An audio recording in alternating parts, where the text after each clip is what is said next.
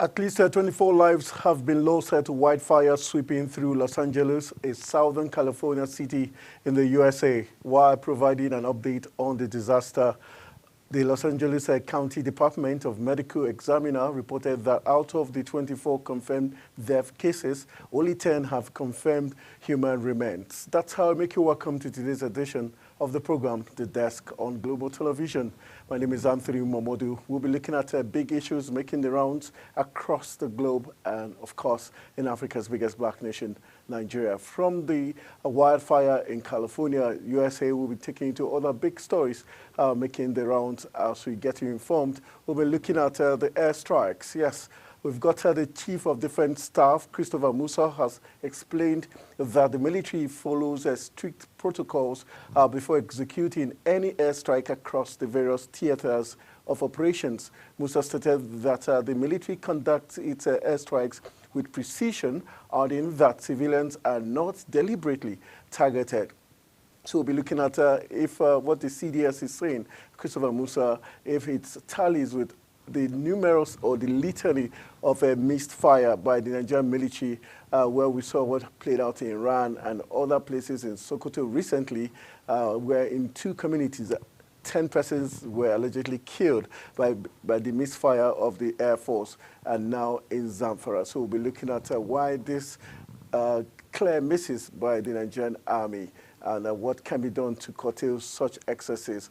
Just for you to know that reacting recently, the accidental killing of 16 civilians in Zamfara on Saturday spoke during the interview in a TV station, saying Musa stated that secondary explosions in areas where insurgents store weapons and explosives could have affected their citizens. Musa stated that secondary explosions, and the question is, if there are secondary explosions, how come the weapons or explosives where the civilians are and not where the insurgents are? Does it mean the insurgents and the citizens or the civilians are in one accord, or are they supporting or keeping weapons for the terrorists? That's one interesting question we hope will be answered as we do our analysis on the desk this evening. We'll also be looking at other issues making the rounds as we look at very key issues. We'll look at the fact that still on that matter, Musa said the federal government was collaborating with international organizations such as the United Nations and European Union to disrupt terrorism financing in Nigeria, which is very key. He also revealed that multiple government agencies, including the Office of the National Security Advisor and the Nigerian Financial Intelligence Unit and the Central Bank of Nigeria, the National Intelligence Agency, and the Department of State Services, DSS, were actively working to trace sources of movement of funds that sustain terrorist group in the country. All right, from there we'll be looking at other issues concerning politics now, where it's a big talking point. The All Progressive Congress APC in Rivers State has been embroiled in crisis, which is traceable to 2018, when the Supreme Court banned it from being part of the 2019 general election in the state. Since then, the party has not fully recovered as it has moved from one problem to the other. And recently, in an interview with Chibuike Ikenga, the spokesperson of the faction of the party led by Tony Okocha, opens up on how it all began. And so we'll be looking at that issue. And the big issue with the People's Democratic Party, the PDP, where the embattled Samuel Anyanwu has resumed office as the National Secretary of the People's Democratic Party. So we'll be looking at that big talking point concerning the People's Democratic Party. These and other talking points is what we're going to share on today's edition of the program, The Desk. We'll go for a quick break. When we return, we'll be hitting the discuss button, and I've got Ben Shimang, who is of the African Service of Deutsche Welle, will be joining us via Zoom to give us his take as regards these big talking points. Please stay with us.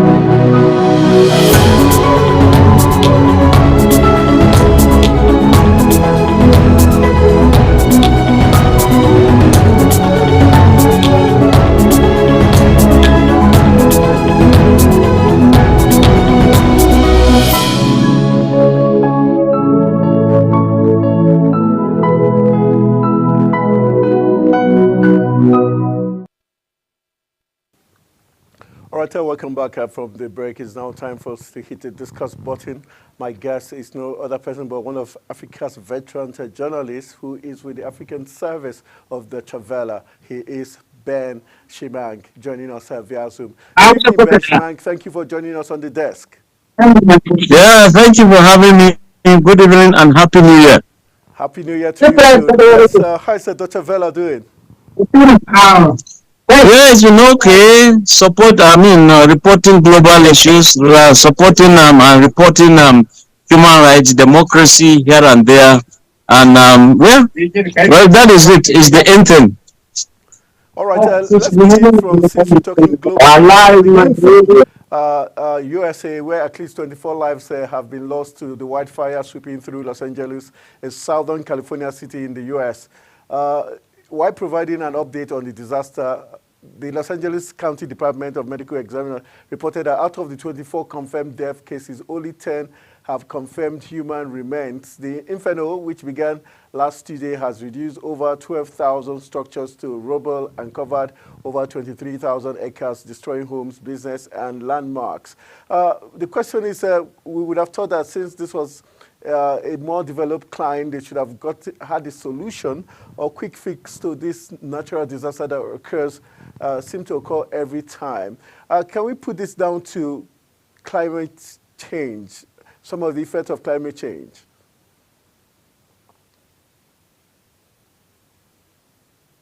Climate change, we can see the result as it is happening in California, in the US now. And of course, one is taken aback.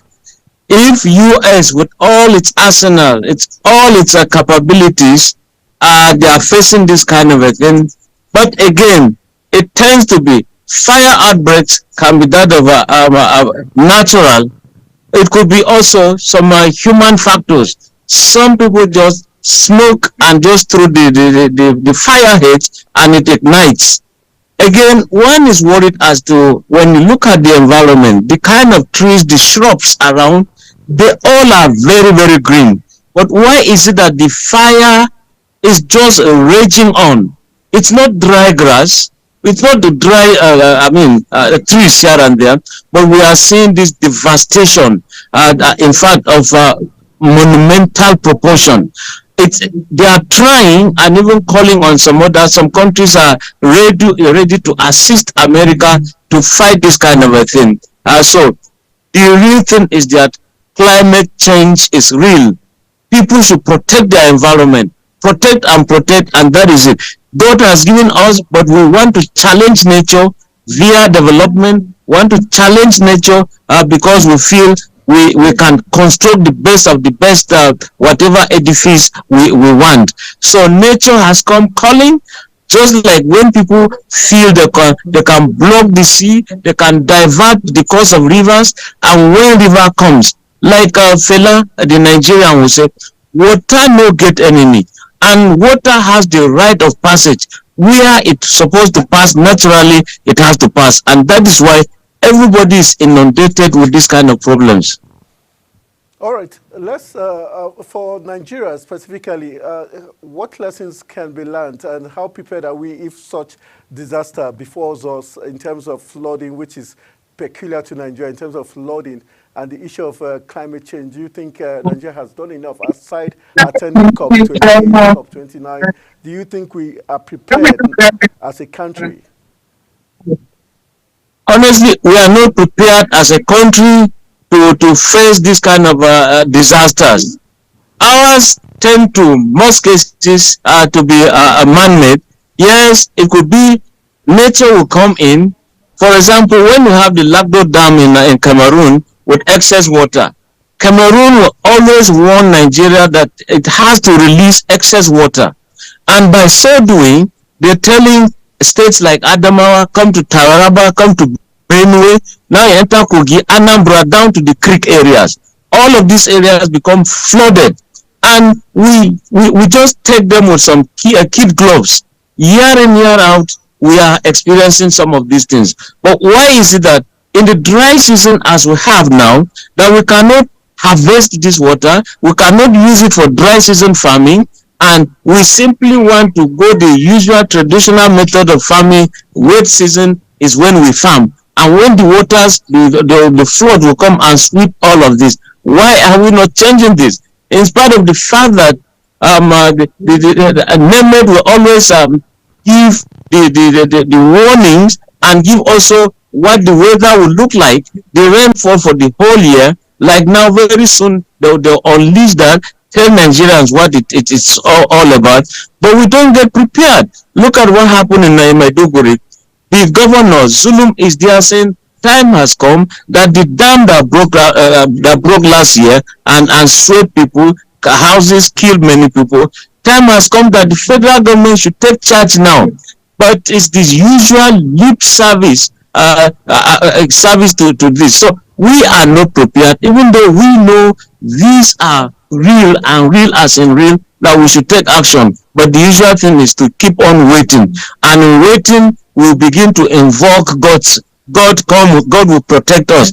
When you know this dam is about breaking, why do you play the laissez-faire attitude and you simply want to just begin to pray, say God will protect us?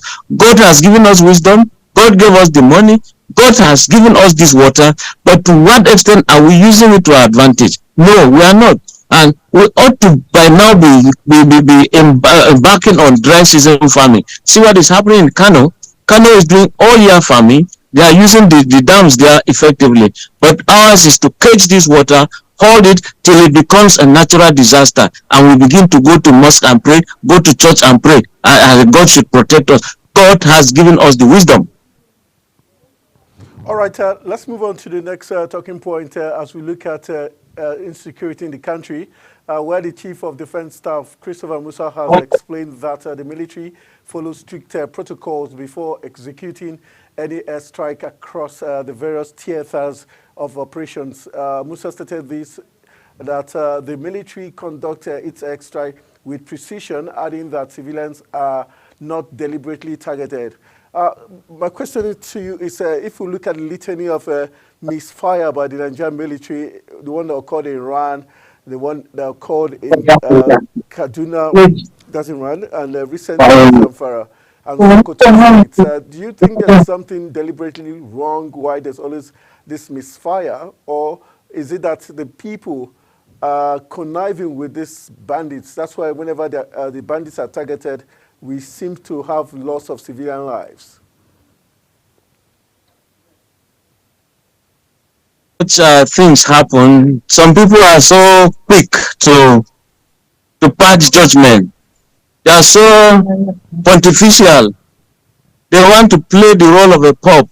They want to be pontiffs in situations of this nature. Lives have been lost. Even the insecurity that we are fighting, we are virtually fighting. Nigerians are fighting against Nigerians. That's the truth of the matter. Now, yes, we've had the attacks in Iran. It happened, yes. In Kaduna State, Tubumburi, it happened. Now we're talking about Zamfara. You can see that, yes, the case of Zamfara, the governor, Dauda Lawal, has come to say, yes, terrorists or bandits were killed in their numbers. But again, there was the effect on innocent vigilante groups who are protecting the civilians there. So it is an accident, and in wars of this nature, yes, it happens. It happened during the Gulf War, Operation Desert Storm. You could see some Americans firing at Americans, thinking that they are enemies. It happened within the British too. It happened. But we are not saying that, we are not rationalizing it. We are not saying it should happen. A mistake is a mistake. There's no way that the people you've gone to protect are the victims of this Air Force attacks aimed at the enemy, so to speak.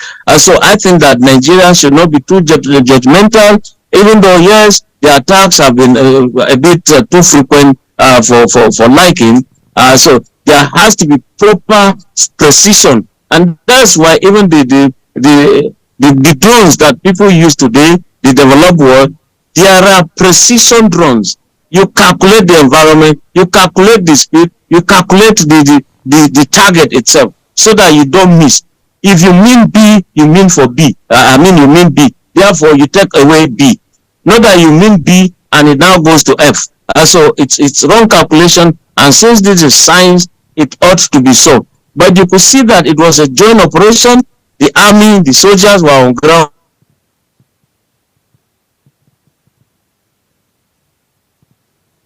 All right, I think we're having some network glitch there. Just to add up to the CDS added that this, in terms of what's played out, that this was evident in the number of those who surrendered to the troops, noting that out of the 120,000, half were children. Musa added that over 120,000 terrorists surrendered. Out of this number, over 60,000 are children. Now, what the terrorists are doing in the past, they used to capture communities and then force men, especially adults, to join them, whether they liked it or not. And if they refused, they behead the persons. But now that it has become difficult, they don't have any territory, they don't have a means of doing that. They now decided to start impregnating the women repeatedly. If the woman gives birth 4 months after they impregnate her again, they were trying to produce. These are some of the allegations by the CDS on the matter. Let's go for a quick break. When we return from this break, we'll get into other talking points as we look at big issues making the rounds. Stay with us.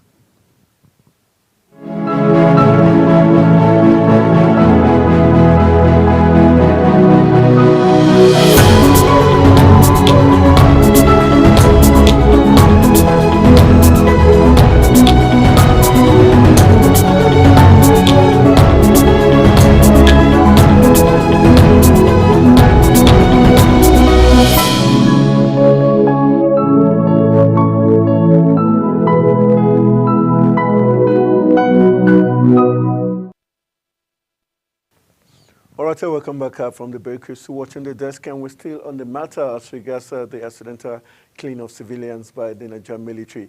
All right, Ben Shimang, let's look at the CDS also did say that it's evident the terrorists are losing their territories, and he said over 120,000 have surrendered, and out of the 120,000 terrorists that have surrendered, 60,000 are children.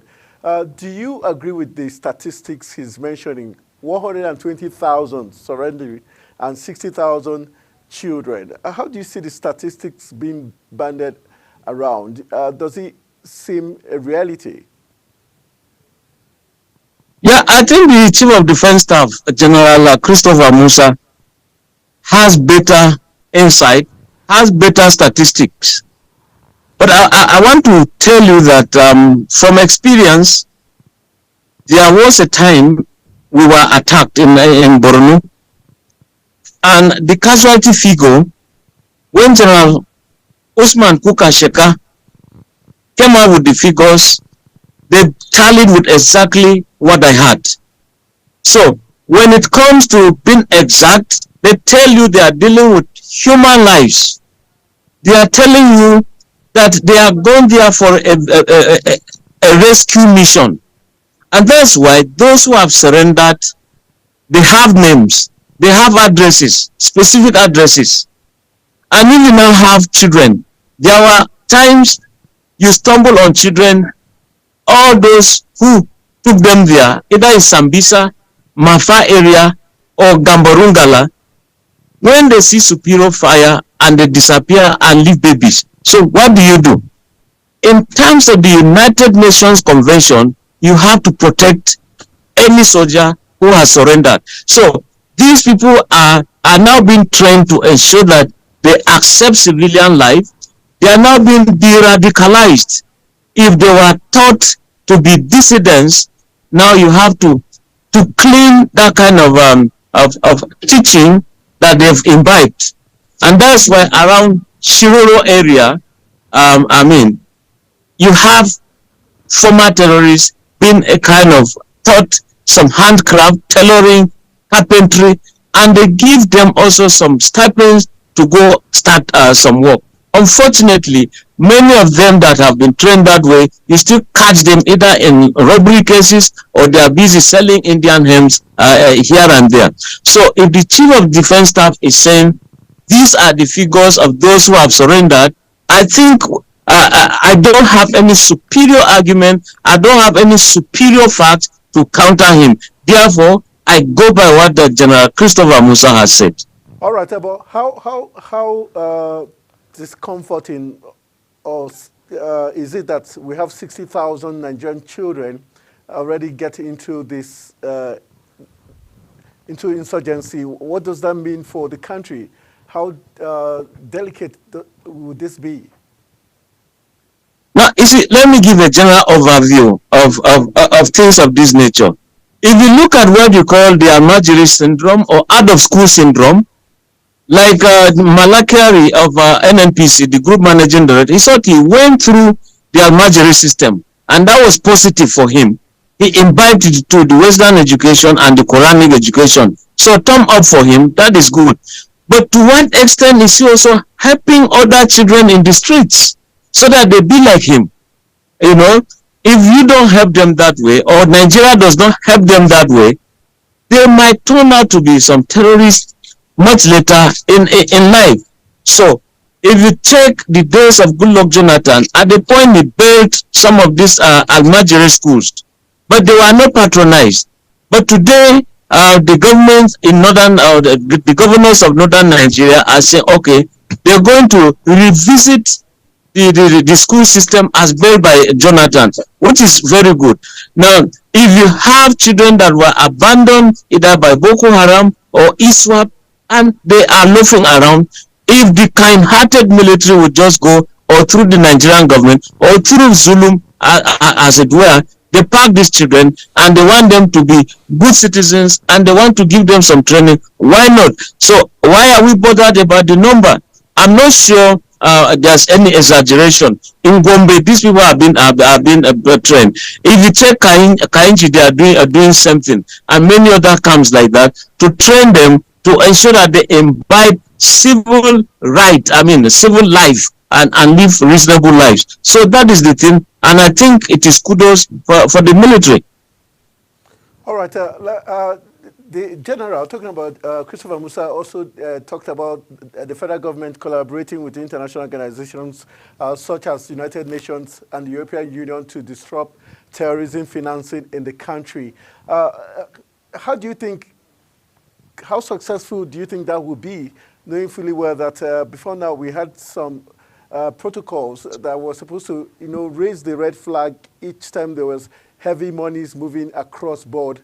Do you think the Central Bank of Nigeria and other agencies, with the mandate to raise an alarm, have been getting the job done? Yeah, you see, when the Nigerian military is saying the UN should come on board, it is not the job of the Nigerian military to take anybody to court. It is the job of the police. It is the job of the civil authority. By military training, they shoot to kill. They are not diplomats. So now you had from the Middle East, United Arab Emirates, they brought names of Nigerians who are sponsors of terrorism. But the civil authority is not prosecuting them. It's not the fault of the military. Those who have surrendered, many are in Mongolu barracks. The military is training them. It is the job of the civil authority to take over at that point. And if you look at, in terms of terrorism financing, the Office of the National Security Advisor is supposed to handle all of that. And that is why all the armed forces, the police, if you're talking about the fight against terrorism, everything is there with the NSA. From NSA, it goes to the president. So, and you now have some agencies at the United Nations level that takes what they call terrorism financing, that checks how people actually wired money. And that is why in Nigeria you also have the Finance Intelligence Unit FIU, in every branch of a bank, any huge money being launched, they must take notice of that. Who has brought this money and from where? If a huge sum is being taken away from that bank, they must also put whoever is withdrawing the money on the radar so that they know, is this money for project? What project? Where are they? Where is the project taking place? But if it just disappears into oblivion, that is where the financial intelligence unit will have to come in. Their findings they give to EFCC. EFCC will have to escalate all of these things, set that, cast their net properly. If there is international link to this money is being moved from one country to another, of course, you do have collaborations here with Interpol and United Nations Agency on this kind of transnational crimes. So they have to rev their engines internationally to begin to trace what is happening. Look at it for a last one. If you look at the money being received from US of Diazeni, $52.88 million US. They got it via international collaboration, and that is why 2.88 million of this US dollars will have to go to the International Institute of talking of crimes in Malta. That's where they will train many agents from Africa in terms of tracing what you call terrorism funding. So that is just it. So if there is collaboration, so be it, will come out of it. And that is why the military is saying the UN has to come in. The name is United Nations. Therefore, if nations are involved, it is better and easy for these monies to be traced. All right. Just the final question on this matter. The CDS says the Nigerian military is preparing to take legal actions against Reuters following its report alleging forced termination of 10,000 pregnancies during counterinsurgency operations in the Northeast. I remember that the CDS had already said that these insurgents, in their bid to fortify their numbers, they get these women pregnant every 4 months or as much as they can. But here Reuters did do a report accusing the Nigerian military of a forced termination of 10,000 pregnancies. The CDS is saying Reuters have refused to apologize or take back their report. As a reporter of Deutsche Welle, do you think Reuters is cocksure of their reports? That's why they are not apologizing. And do you think probably the Nigerian military is being economical with the truth? Yeah, you see, I will not be judgmental, because if they are heading to the courts, I think I'm incompetent, therefore, to begin to pass comments that could be injurious judicially. But if you look at it in terms of unintended publicity that the media tend to give terrorism, the moment there is an incident and we begin to say, 30 killed, 400 injured, houses burned, this is the exact oxygen that the terrorists will want. They simply would want to depend on the media for them to carry out this kind of information, and therefore induce fears into the civil population. And that is what the civilian is doing, and that's the media is doing, and that is what the military is also trying to avoid. Giving undue publicity, undeserved publicity that the media will give the terrorists. This is what professionally the media must try to avoid, and that is why the military at the point gets annoyed. Recall the case of Daily Trust, where there were plans by the military to carry out some attacks. Unfortunately, those things were revealed, and the military came in harsh on them. All right. Thank you very much. I'll urge you to rejoin us in a few minutes as we go for a quick break. And please kindly rejoin us via Zoom. Thank you very much. Let's go for a quick break. When we return, our conversation continues. Stay with us.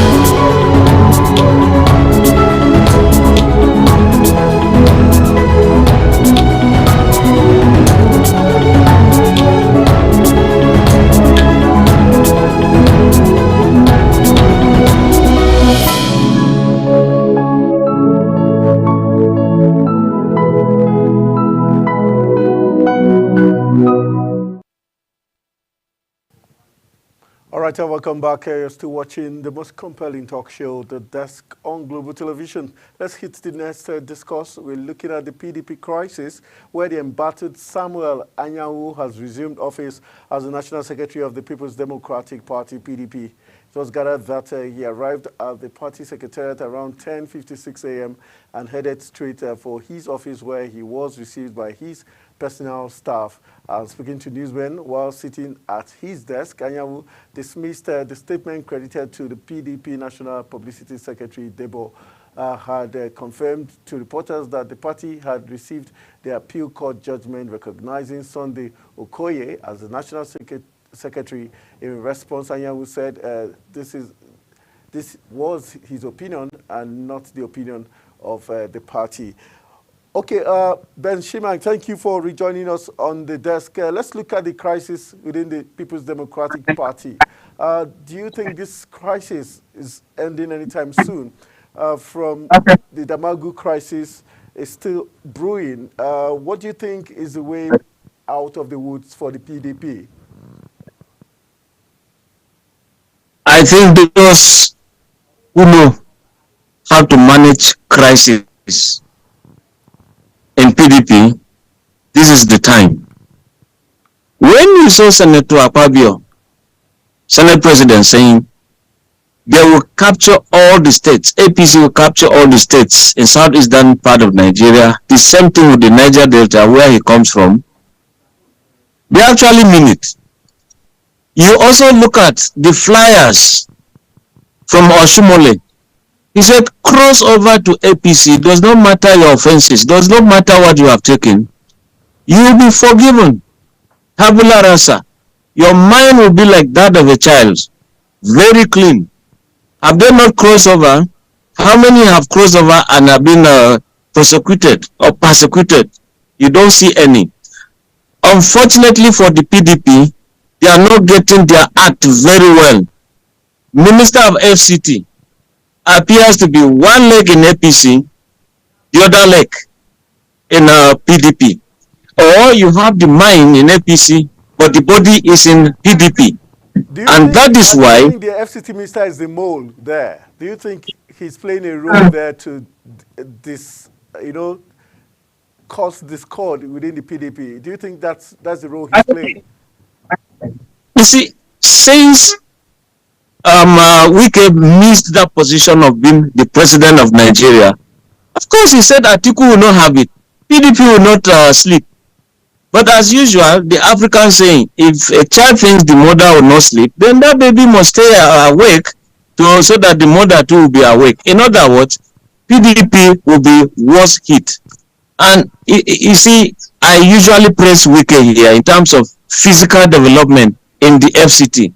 One would have thought that he would use that to kind of launch himself properly.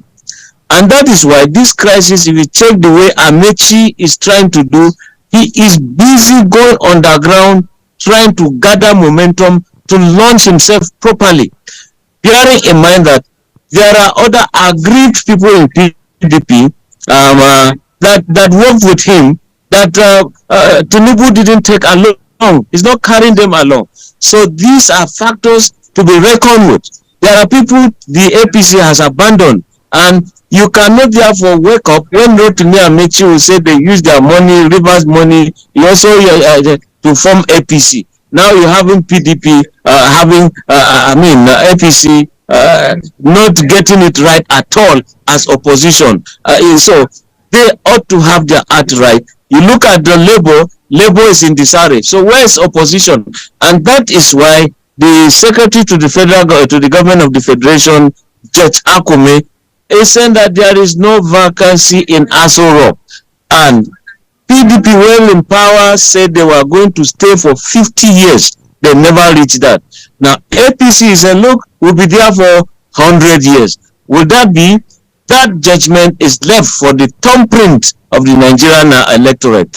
Bearing in mind that for now, all is not too well in the country. So it's not yet Uhuru. Neither is it time for APC to begin to hit its chest to say that no, we have delivered dividends of democracy. If you have delivered dividends of democracy, Nigerians will judge you based on your report card of security or insecurity, the economy, how buoyant is it, how many children or youth have you employed, are we having it nice in the campuses in the country? Are the hospitals the best of the best as we have it now?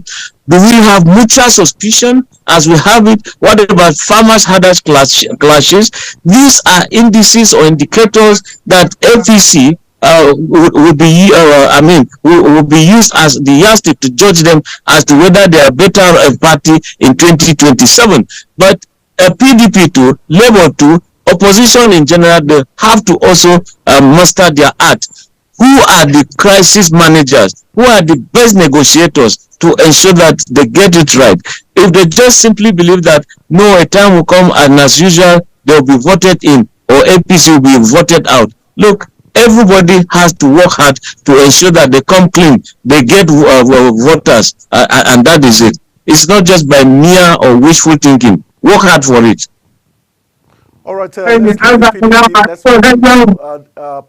petrol price, which is very disturbing. The prices of premium motor spirit and other petroleum refined products may rise in the coming days following the increase in the cost of crude oil prices, such as Brent reports on Monday that the price of Brent crude surged to $81.09 per barrel as of the time of filing this report from around $76 last week. Recall that the Nigerian government in the 2025 budget proposal benchmarked oil price at $75 per barrel. The rise in the price of Brent is attributed to the geopolitical tensions, particularly sanctions imposed on Russian oil exports, which have triggered supply concerns. The developments may impact on the ex-depot prices of refined petroleum fuel across depots in Nigeria. Let's look at this closely. Are you worried that when it looks like things seem to want to get better, we're running into more crisis when it has to do with the premium motor spirit, this time around from the global perspective?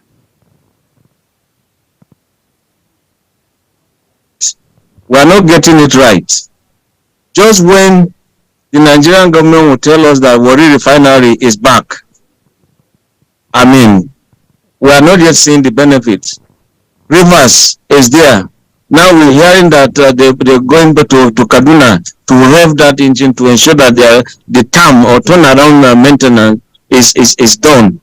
But in the midst of all of that, one would have also thought that the coming on board of Dangote Refinery would have solved quite a lot of these problems. But you still see that there are unnecessary competition where Dangote is ready to still go down in terms of pump price, liter of fuel in Nigeria. Now, NNPC is now trying to strangulate it. How are they trying to do it? Give Dangote less crude oil to refine. Let's see how he's going to ensure that prices go down. So you can see there's sanction on the side of Dangote, and if you therefore allow Dangote not to block him from getting crude in Nigeria, of course, before now, he was importing from Brazil, he was importing from Libya, he was importing from America, and he was not buying that with Naira, hard currency. So if he brings that and refines, of course, he's into business. He's not Father Christmas, neither is it free on board. So, in other words, they'll force Dangote to jack up the prices of this product. So it's frustration, kind of. But again, if, for example, there's crisis, Ukrainian, Russian crisis, to what extent is it benefiting us in terms of gas? If Europe and Russia, they have a crisis, then they're saying, okay, we're no longer getting gas from Russia, we'll look elsewhere. Where is that elsewhere? In Nigeria, we are so rich and rich in that. So why is Europe not coming to Nigeria to get all of this? They are heading towards America. Things are fundamentally wrong. And good thing, Tinubu is in the Middle East. in terms of negotiating to bring business to Nigeria. To what extent can we stop a kind of just going for conferences without us seeing investors coming to invest in Nigeria? So let Dangote be, let all the refineries be, and if therefore there's going to be any windfall, we spoke about the Gulf War that time, Operation Desert Storm. I mean, prices of crude oil went so high, and that was when Abacha that time created what they call the Petroleum Trust Fund, PTTF, and gave Buhari to manage. And you could still see some roads today, they said constructed by PTF. You go to universities, you see campuses, I mean, you see lecture halls and hostels constructed via that money. So we hope that we'll get it right. It does not mean that one is wishing that we fish or we fish in troubled waters, that we should take advantage of a bad situation to make money. It's really not what I'm talking about. But if we have that acumen, that ability to manage what Nigeria has naturally, then the masses will enjoy. Outside that, we'll end up just attending conferences aimed at bringing in investors, and the investors do not want to come and invest in hostile and insecure environments. And that is why those who are seizing the opportunity to invest in hostile environment are the Chinese. And is the Chinese technology the best for us? Jokingly, Anthony, people say the Chinese technology is like a weekend. Just when you want to start enjoying it, it ends.